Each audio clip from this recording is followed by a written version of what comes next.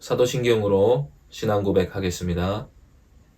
전능하사 천지를 만드신 하나님 아버지를 내가 믿사오며 그 외아들 우리 주 예수 그리스도를 믿사오니 이는 성령으로 잉태하사 동정녀 마리아에게 나시고 본디오 빌라도에게 고난을 받으사 십자가에 못 박혀 죽으시고 장사한 지 사흘 만에 죽은 자 가운데서 다시 살아나시며 하늘에 오르사 전능하신 하나님 우편에 앉아 계시다가 저리로서 산 자와 죽은 자를 심판하러 오시리라. 성령을 믿사오며 거룩한 공회와 성도가 서로 교통하는 것과 죄를 사하여 주시는 것과 몸이 다시 사는 것과 영원히 사는 것을 믿사옵나이다. 아멘. 이 시간 함께 주 품에 찬양하시겠습니다.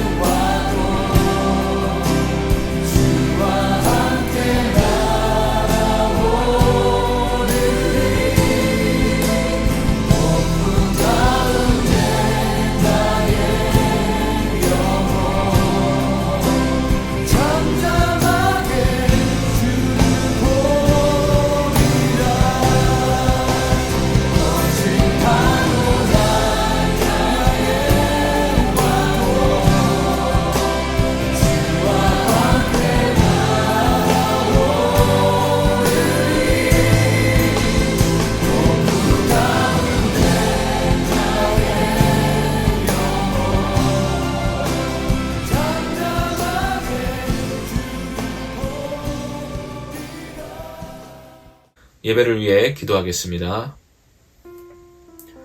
하나님 아버지, 오늘도 저희로 하여금 변함없이 주의 날을 기억하게 하여 주시고 하나님 앞에 나와 예배드리게 하시니 감사합니다. 이 영상을 보고 예배드리는 우리 자녀들과 교사들이 어느 곳에 있든지 하나님을 만나는 귀한 예배의 시간이 되게 하여 주시옵소서. 이 예배를 통하여서 우리가 하나님께로부터 은혜와 생명을 공급받게 하여 주시고 하나님 만나는 기쁨이 무엇인지를 온전히 알게 하여 주시옵소서. 그래서 우리가 흩어져 있을 때도 하나님께 우리가 예배로 나아갈 수 있다는 사실을 기억할 수 있는 시간이 되게 하여 주시고 그와 더불어서 우리가 한자리에 모여서 더 큰 영광으로 나아가는 귀한 예배 모임을 우리가 사모하는 계기가 또한 될 수 있도록 인도하여 주시옵소서. 이 시간 우리 자녀들이 또 우리 선생님들이 하나님의 말씀에 귀를 기울일 때에 한 말씀이라도 놓치지 않게 하여 주시고 하나님의 진리를 우리 성령께서 깨우쳐 알게 하여 주셔서 하나님의 뜻을 온전히 분별하여 하나님의 백성답게 살아갈 수 있도록 충만한 믿음을 부어주시는 귀하고 복된 예배의 시간이 되게 하여 주시기를 바라옵나이다. 예배를 통하여서 우리의 허물이 주 예수 그리스도 안에서 다 사함받았음을 믿는 자에게 하나님께서 한없는 복 내려주심을 우리가 온전히 믿게 되는 시간이 되게 하여 주시옵소서. 하나님 아버지, 지금도 코로나19로 인해서 또 여러가지 질병으로 인해서 또 고통당하고 있는 우리 식구들이 있습니다. 하나님 불쌍히 여겨주시고 고쳐주시고 이 전염병이 더 크게 확산되지 않도록 더 중증으로 가지 않도록 하나님 막아주시기를 바라옵나이다. 그래서 이번 주에는 우리가 원치 않게 온라인으로 예배드리지만은 다음 주에는 속히 회복되어 함께 예배드릴 수 있도록 하나님 길을 열어 주시옵소서. 예배드리는 것도 우리의 마음대로 되는 것이 아니라 주께서 예배드릴 수 있도록 은혜를 베풀어 주셔야만 하는 일인 줄로 믿습니다. 하나님, 우리가 부족하지만 이 자리에서 하나님께 예배드릴 때에 하나님을 기쁘시게 하는 예배의 시간이 되도록 우리의 마음을 꼭 붙잡아 주시옵소서. 하나님께 온전히 집중하는 시간 되기를 바라오며 주 예수 그리스도의 이름으로 기도하옵나이다. 아멘. 이 시간 하나님의 말씀 읽겠습니다. 에베소서 1장 3절에서 6절까지입니다. 에베소서 1장 3절에서 6절까지 말씀입니다. 제가 읽겠습니다. 찬송하리로다. 하나님 곧 우리 주 예수 그리스도의 아버지께서 그리스도 안에서 하늘에 속한 모든 신령한 복을 우리에게 주시되 곧 창세전에 그리스도 안에서 우리를 택하사 우리로 사랑 안에서 그 앞에 거룩하고 흠이 없게 하시려고 그 기쁘신 뜻대로 우리를 예정하사 예수 그리스도로 말미암아 자기의 아들들이 되게 하셨으니 이는 그가 사랑하시는 자 안에서 우리에게 거저 주시는 바 그의 은혜의 영광을 찬송하게 하려는 것이라. 아멘. 중고등부 여러분, 안녕하십니까? 예상치 못한 문제로 오늘 또 온라인 예배를 드리게 됐습니다. 오늘은 원래 열왕기 공과를 계속해서 나갔어야 됐는데 저 포함 담임 목사님도 코로나에 걸리셔서 지금 PCR 검사까지도 확진이 났기 때문에 할 수 없이 우리 전 교회 예배를 온라인으로 드리게 되었습니다. 사실 이런 일이 있을 거라고 예상을 했어야 됐는데 걸리면 걸리는 거지 하고 저 혼자만 생각을 했다가 이렇게 겹치는 시기에 청년부 강도사님도 그렇고 영화부 전도사님도 그렇고 이렇게 다 같이 코로나에 걸리게 될 줄 몰랐습니다. 한 자리에 모여가지고 그렇게 걸리게 된 건 아니고요. 각자 걸리셨는데 어떻게 이렇게 시기가 모이게 됐습니다. 여러분, 그래서 저 혼자만의 문제면 여러분들이 교회에 모여가지고 예배 드리는 게 옳은데요. 지금은 그럴 수 없는 상황이 되었기 때문에 부득이하게 온라인 예배를 드린다 하는 점을 여러분들이 꼭 기억했으면 좋겠습니다. 이 온라인 예배라는 게 인간의 본성에는 그렇게 맞지는 않는 것 같습니다. 비상시에 쓰는 수단일 뿐이지 예배를 바르게 드리거나 경건을 증진시키는 데는 별로 큰 도움이 되지 않는 것 같습니다. 우리가 지난 2년간 해봤기 때문에 좀 알 수가 있죠. 그런 점을 여러분들이 잘 생각하면서 지금 이 순간에 우리가 하나님께 예배드리면서 각자의 자리에서 어떤 자리에 있든지 대부분 조그만 스마트폰 보면서 예배드리고 있을 텐데요. 그럴 때 최선은 우리 귀로 말씀을 경청하는 게 최선이라고 생각이 됩니다. 이 가만히 앉아가지고 정지된 영상을 보는 건 굉장히 피곤한 일일 수 있거든요. 저라도 이렇게 그 카메라가 화면이 바뀌지 않는 그런 영상을 보는 일은 상당히 피곤한 일입니다. 뭔가 이렇게 중간에 삽입 그림도 막 들어오고 화면이 전환되고 이래야 눈이 좀 덜 피곤한데, 그럴 때는 눈을 좀 더 감더라도 이 예배에 참여하는 모든 분들이 말씀에 귀를 기울여서 들어주시면 좋겠다 하는 생각을 합니다. 오늘 준비한 설교는 제가 몇 주 전부터 여러분들에게 꼭 들려주었으면 좋겠다 라고 생각한 내용입니다. 지난주에는 제가 지옥에 관한 설교를 했지요. 우리가 거기에 가지 않게 거기에 우리가 죄를 지었기 때문에 모든 사람이 다 지옥 갈 운명의 척에 처하게 되는데, 하나님께서 우리를 구원해 주시려고 한 덕분에 우리가 또 구원을 받을 수 있는 길이 열렸다, 그런 얘기를 했습니다. 그래서 오늘은 그게 조금 어쩌면 이어서 우리 한 사람을 구원하시기 위해서 하나님께서 어떤 스케일의 구원 계획을 펼치셨는가, 구원 계획을 세우셨는가 하는 내용을 우리가 들을 필요가 있겠다 하는 생각을 했습니다. 하나님이 누군가를 구원하실 때는 믿음을 주면서 구원을 하십니다. 우리가 믿어서 구원받는 게 아니고요, 하나님이 구원하신 사람이 믿게 되는 것입니다. 그런데 이 믿음을 하나님이 주실 때에 아무렇게나 아무 때나 주시는 게 아니고요, 그 사람이 하나님 주신 이 믿음이라는 선물을 받을 만한 준비가 되었을 때에, 마음의 준비가 되었을 때 하나님이 주십니다. 그러니까 충분히 설득된 상태에서 믿음을 딱 선물로 주시면 그 믿음의 눈으로 하나님의 나라를 비로소 보게 된다는 것이죠. 그래서 하나님이 우리 한 사람을 구원하시기 위해서 어떤 계획을 세우셨는가, 그리고 실제로 어떤 일을 하셨는가 하는 것을 우리가 알게 되면 우리 마음이 좀 더 부드러워질 것 같다는 생각을 했습니다. 말하자면 믿음이란 이 하나님이 우리의 마음에 들어오시도록 받아들이는 것을 말하거든요. 하나님을 믿지 않으려고 애쓰고 자꾸만 거부하니까 마음이 딱딱하게 굳어져 버리는 것입니다. 그런데 우리가 하나님이 살아계시구나, 하나님이 우리를 사랑하시는구나, 하나님이 나를 위해 독생자를 주셨구나 하는 사실을, 그 사실이 믿어지고 그 말에 자꾸 마음이 기울어지다 보면 그 마음이 부드러워지게 됩니다. 하나님께 결국 우리 자신을 완전히 내주게 되고, 그렇게 우리가 이 설득된 상태, 설복된 상태가 되었을 때에 하나님께서 믿음을 선물로 주신다. 대부분 그렇다는 거죠.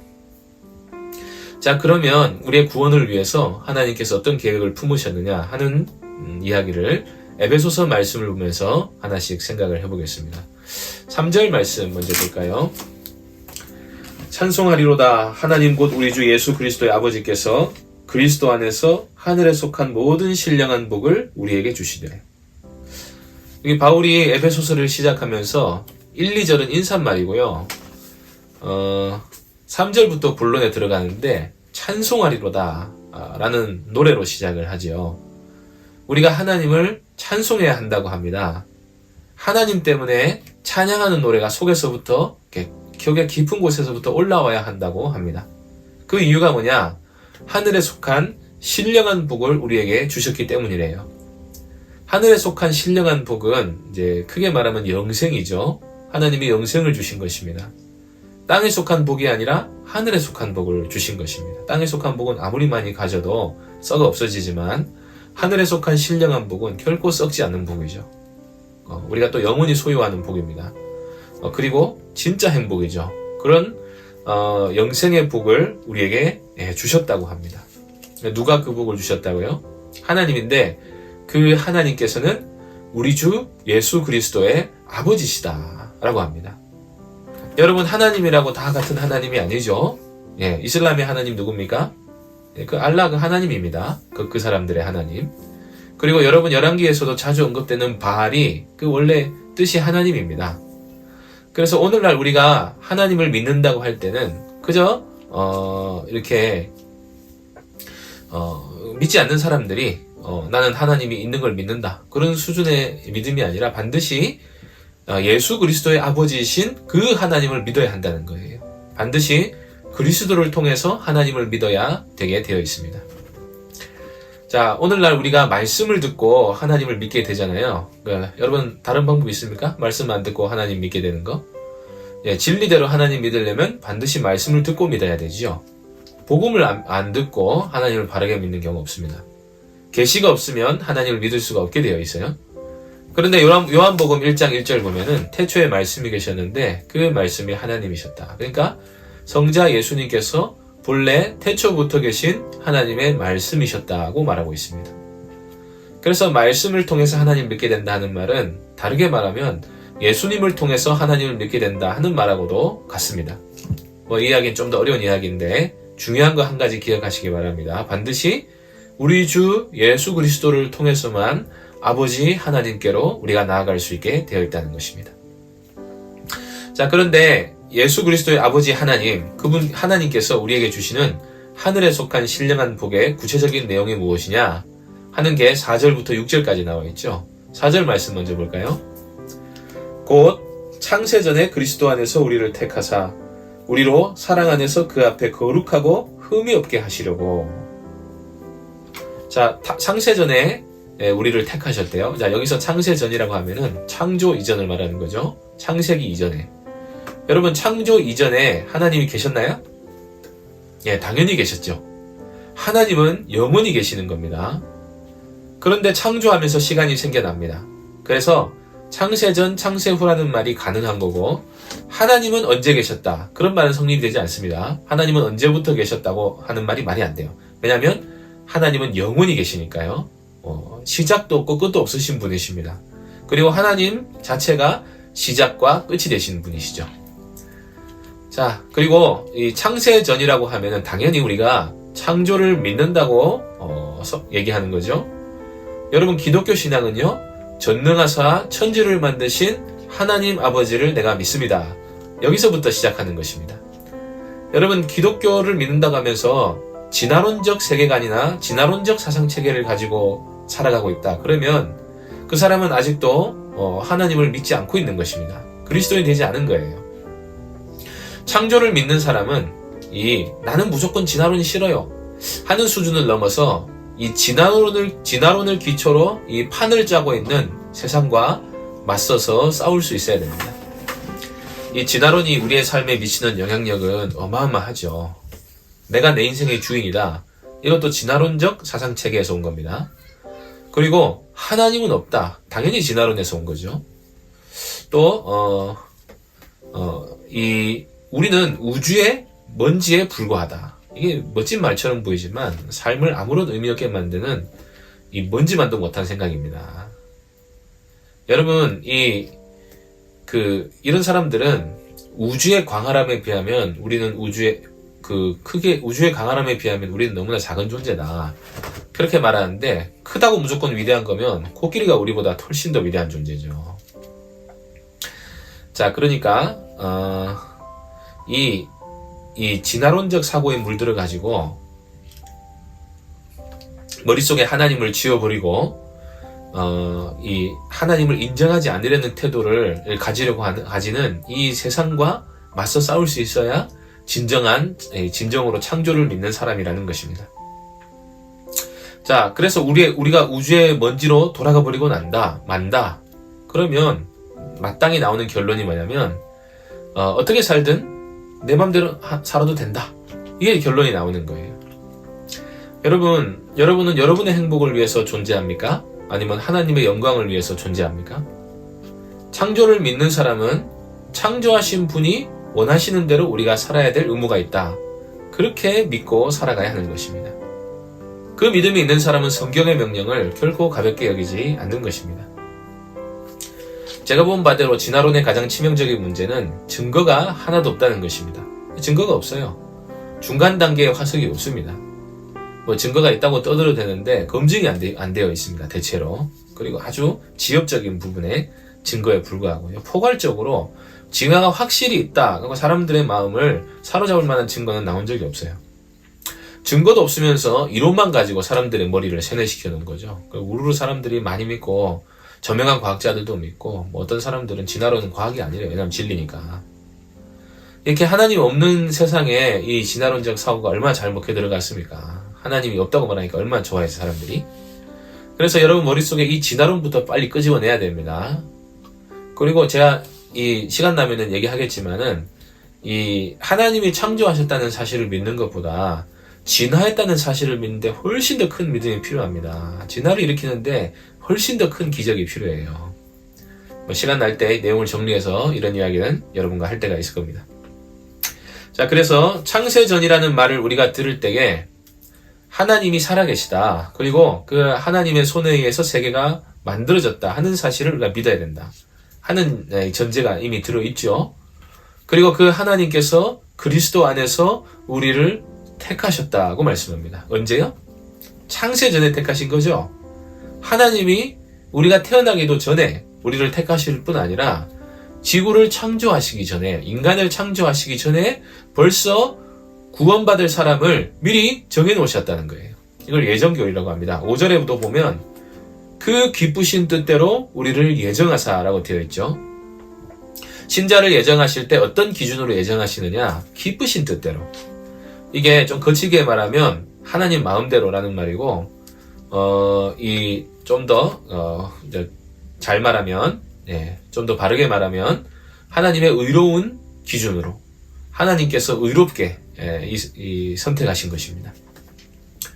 여러분, 하나님이 다 선택하셨다니까 김 빠지죠. 그러면 우리 인간은 하나님께 버림받기로 작정이 됐으면 아무리 노력해도 소용이 없는 게 아니냐? 여러분, 전혀 그렇지 않습니다. 이 예정되었다는 사실을 하나님은 알지만 우리는 모르잖아요.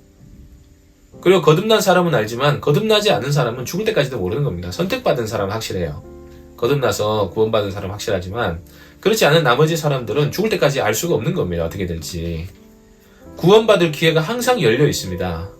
그리고 창세전에 하나님이 미리 선택해 놓으셨다 하는 말에서 가장 중요한 핵심 사항은 구원받는 사람이 내 믿음으로 구원받았다, 그런 자랑을 못하게 하려는 거예요.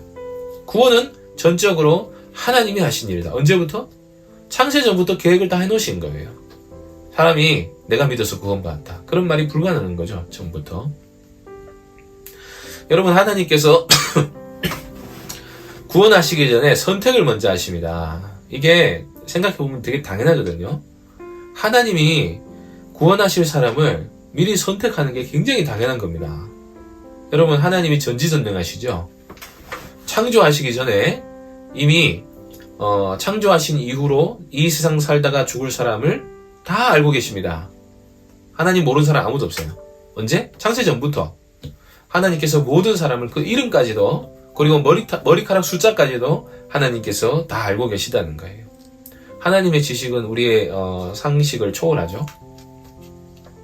그러면서 이 하나님께서 뭐 아무도 구원 안 하신다, 그러면은 뭐 예정 필요 없죠. 아무 예정 필요 없습니다. 그런데 구원하기로 하셨다면 역사를 일단 펼쳐놓고 사람들 하는 거 봐가면서 구원한다, 그게 말이 안 된다는 거예요. 하나님께서 모든 사람을 다 아시는데. 그러면 하나님도 이렇게 뭘 잘 모르는 게 있다는 뜻이 되잖아요. 그런 의미에서라도 하나님께서 당연히 예정을 하셔야 되고, 더 중요한 거는 5절에 하나님이 그 기쁘신 뜻대로 우리를 예정했다고 하시잖아요. 여러분, 하나님이 어떤 사람이 악하게 죄짓고 하나님 안 믿을 거니까 지옥, 어떤 사람은 하나님 잘 믿고 섬길 거니까 천국, 이렇게 예정하셨느냐? 그게 아니라는 거예요. 하나님의 본성에 맞게 일단 주권적으로 선택을 먼저 하십니다. 그러면 선택의 결과 어떻게 되냐면 4절 하반절에 보면은 우리로 사랑 안에서 그 앞에 거룩하고 흠이 없게 하시려고 처럼 되는 거예요. 그러니까 거룩한 사람이 선택을 받고 믿고 노력해서 막 이렇게 하나님을 찾고 구하는 사람, 이런 사람이 선택이 되는 게 아니고요.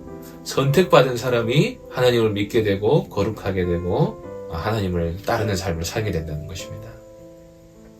하나님의 선택의 목적이 사랑 안에서 흠없고 거룩하게 하시려는 거잖아요. 그러면 하나님께서는 그 목적을 반드시 이루시는데, 그 목적을 이루시기 위해서 이 성도가 될 사람들을 하나님께서 창세전에 미리 선택을 해 놓으셨다는 것입니다.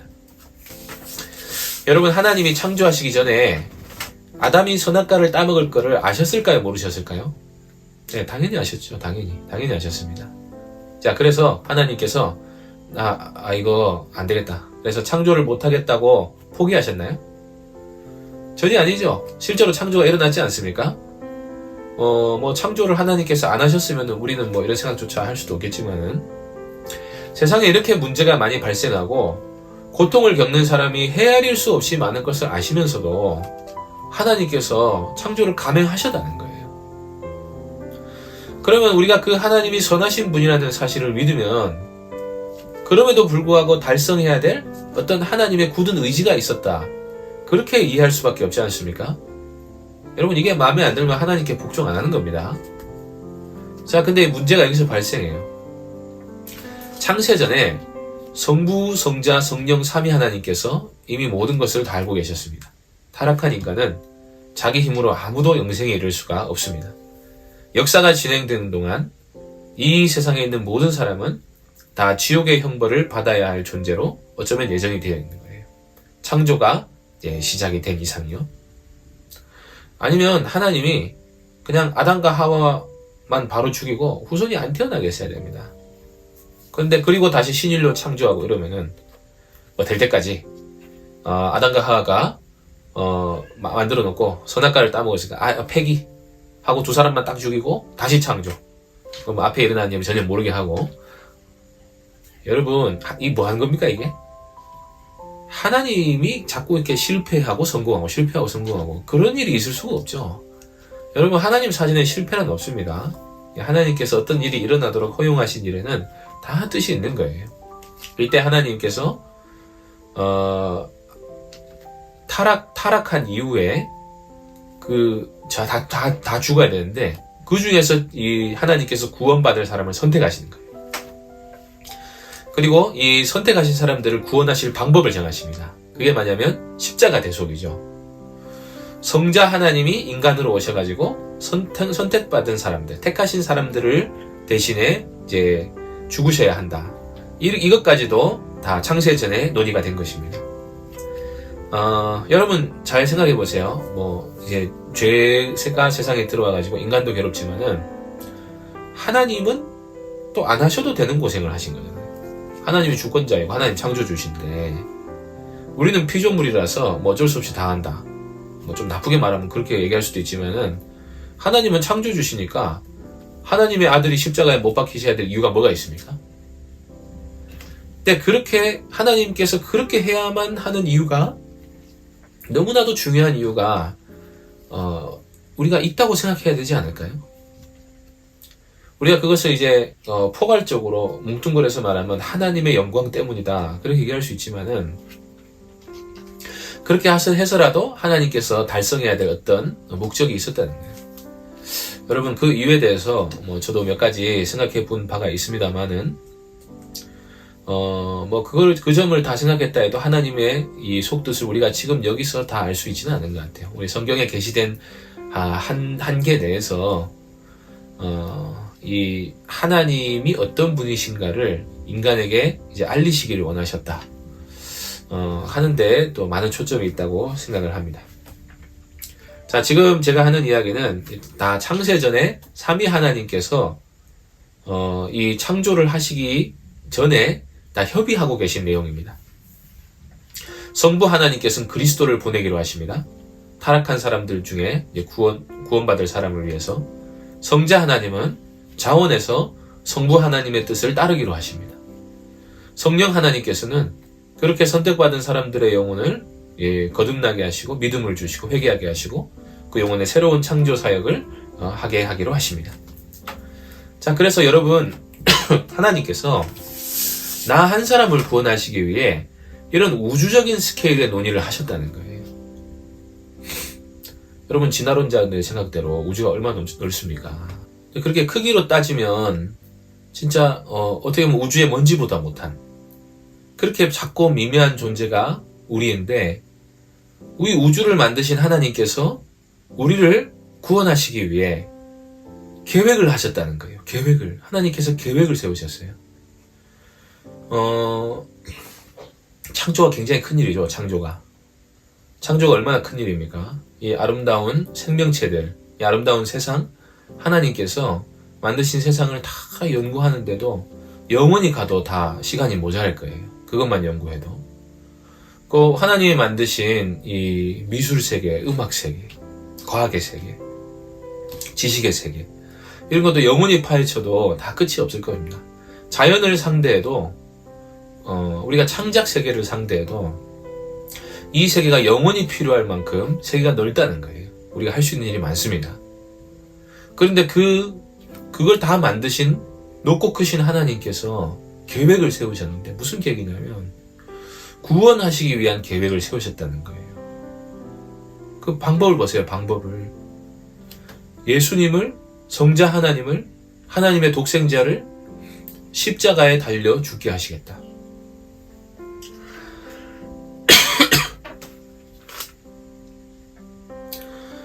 여러분, 이스라엘 역사, 하나님께서 이스라엘 역사를 한 1000년 해보고는 안 되겠어 하고 그리스도에 투입하면서 구원이 시작된 게 아니고요. 구원하시기 위해서 엄청난 계획을 세우셨다는 것입니다. 그리고 실제로 영원을 넘어서 창조 이후에 4000년의 세월을 기다려서 예수님이 30년 넘게 우리와 함께 질고를 겪으시다가 정말 십자가에 못 박여서 하나님의 아들이 죽으셨다는 겁니다. 그리고 지금도 예수님이 교회를 위해서 재림하시기 때까지 우리와 함께 남은 고난을 당하고 계십니다. 제가 여러분에게 이 감격적인 사실을 꼭 전하고 싶었습니다. 우리가 구원받는다 하는 이 사실을 결코 가볍게 여기면 안 됩니다. 여러분, 그 구원이 하나님이 전적으로 하시는 일이거든요. 여러분이 이 사실을 깨닫게 되기를 바랍니다. 어떻게 믿게 됐는가? 하나님이 믿게 해주십니다. 누구를요? 선택하신 사람들을 믿게 해주시죠. 여기서 여러분들에게 한 가지 생각해 볼 점을 말씀해 드리려고 합니다. 여러분 잘 보면요, 이 선택받은 사람들이라고 하는 사람들이 난데없이 나타나지 않습니다. 물론 하나님께서 복음이 전파되지 않은 곳에 어떤 사람이라도 구원하실 수 있어요. 안 그러면 이슬람 사람들이나 공산권이나 우리나라 과거 복음이 들어오기 전 사람들에게는 아무 소망이 없죠. 그래서 여러분, 선택에 의한 구원만이 오히려 사람에게 소망을 줍니다. 사람들이 믿어야 구원해 주신다. 그렇게 얘기하면요, 복음 전파되지 않는 사람은 다 죽으란 말은 마찬가지죠. 그런데 또 이렇게 잘 보면 대체로 신앙교육을 받은 사람이 신앙교육을 안 받은 사람보다 거듭나는 경우가 훨씬 많고요. 복음을 들은 사람들이 안 들은 사람보다 구원받을 기회가 훨씬 많습니다. 지금 말씀을 듣는 여러분들이 구원에 훨씬 더 가깝다는 것입니다. 그래서 이 사실을 꼭 기억하고 여러분들 이 하나님이 선택하셨으니까 우리는 뭐 아무 고난이 없지 않느냐. 여러분, 우리 인간은 그렇게 생각하면 안 돼요. 우리는 하나님 믿기 위해 최선을 다해야 되고 믿지 않는 사람이 지옥 간다. 이 사실만 잘 알고 있으면 됩니다. 그리고 여기서 바울이 강조하고 싶은 중요한 말은 하나님이 선택을 하셨으니까 뭐 우리가 어쩌고 말고 막 운명에 우리 자신을 맡기고 그러라는 말이 아니고 중요한 사실은 하나님이 우리를 사랑하셨다는 거예요. 그리고 그 하나님께서 우리를 구원하시기 위해서 무언가 계획하시고 일을 성취하셨다는 것입니다. 그리고 아무도 내가 믿어서 구원받았다 그런 자랑을 못하게 하시려는 거예요. 다 하나님께서 주권적으로 하신 일이다. 구원은. 그 사실을 우리가 반드시 기억해야 됩니다. 하나님께서 이렇게 택자들을 건지시는 최종적인 목적은 6절에 나와 있습니다. 6절 말씀 보겠습니다. 이는 그가 사랑하시는 자 안에서 우리에게 거저 주시는 바 그의 은혜의 영광을 찬송하게 하려는 것이라. 자, 선택받지 못한 사람들이 나를 왜 선택하지 않았습니까? 그렇게 말할 수는 없습니다. 왜냐하면 모두 죄 때문에 심판받은 거니까 하나님이 선택하지 않은 것으로 항변할 수는 없습니다. 자, 그러면 반면에 선택받은 사람들은 왜 구원을 받습니까? 죄를 안 지어서요? 그게 아니죠. 죄를 지었는데도 불구하고 선택을 받았으니까 하나님이 주신 이 구원이 선물로 받은 것이구나. 하나님께서 나를 사랑하셔서 거저 은혜를 나에게 부어주셨구나. 그래서 그 하나님을 전적으로 높이고 찬송하게 하려는데 그 목적이 있다는 것입니다. 우리 인간을 하나님 앞에 낮추고 하나님만 전적으로 높이게 하시려는데 그 목적이 있다는 것입니다. 사람이 뭘 자랑할 수 있는 게 아무것도 없습니다. 하나님이 모든 것을 행하셨다 하면서 하나님을 찬송하게 하려는 거예요. 심지어 거룩하게 하시고 온전하게 하시고 하나님을 닮게 하시는 것도 하나님이 하시는 일입니다. 구원받은 사람은 그 하나님의 은혜에 합당한 반응을 보이면 됩니다. 이 찬송이라는 게 탐탁지 않지만 권위에 눌려서 어쩔 수 없이 박수 치는 거 말하는 거 아닙니다. 감사하고 즐겁고 기뻐서 찬송이 속에서 터져 나오는 걸 말하는 거예요. 그러면 하나님 영광 받으시는 거죠.